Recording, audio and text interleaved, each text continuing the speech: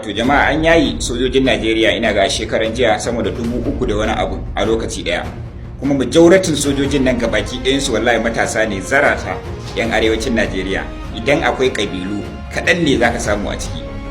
Amma jama'a kun yi wani nazari akan wa'annan sojojin da aka yayi a shekarun baya irin shekara 10 da suka wuce idan aka ce akwai aikin an ebi sojoji na rantsa da Allah kan kaga Bahaushe ɗaya to sai kaga Inyamuri ko Bayerabe 6 ko 10 a wannan lokacin, amma ga baki ɗaya a cikin sojojin nan kan kaga Inyamuri 1 ko Bayerabe 1 sai kaga Hausawa 30-40.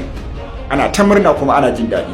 Kun san me ya bani mamaki? Wallahi ni tausaya musu nayi, wallahi abin tausaya musu nayi, tausayin su ma nayi da naga an yaye su kuma suna ta fitowa suna murna suna soja ba yaro baya soja kaza.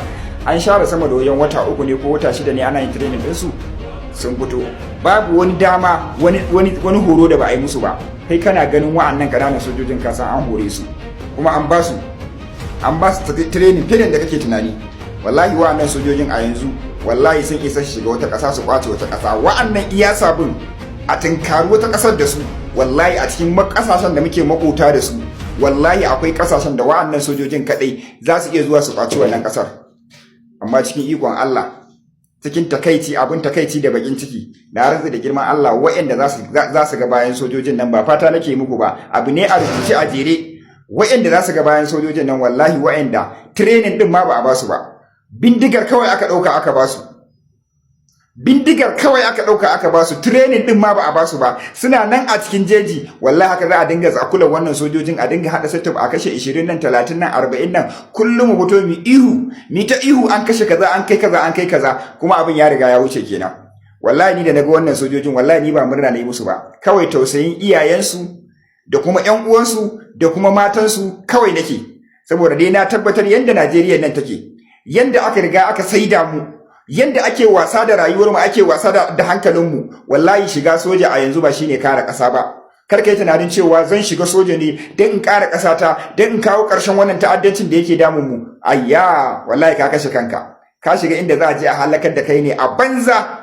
A kokarin kare ƙasa kai baka san an riga an saida ta ba. Da a ce yakin za a yi muku tsakani da Allah, na rantsa da girman Allah a cikin sati ɗaya iya wa'annan 3,000 da wani abun, ba wai Maiduguri ba, arewacin Najeriya sai sun kawo musu zaman lafiya kadai.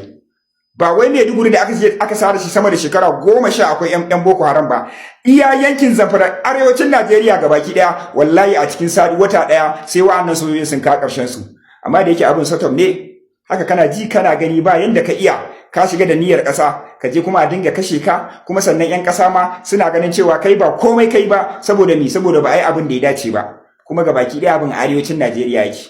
Ku gyara in za ku gyara, ku nutsu.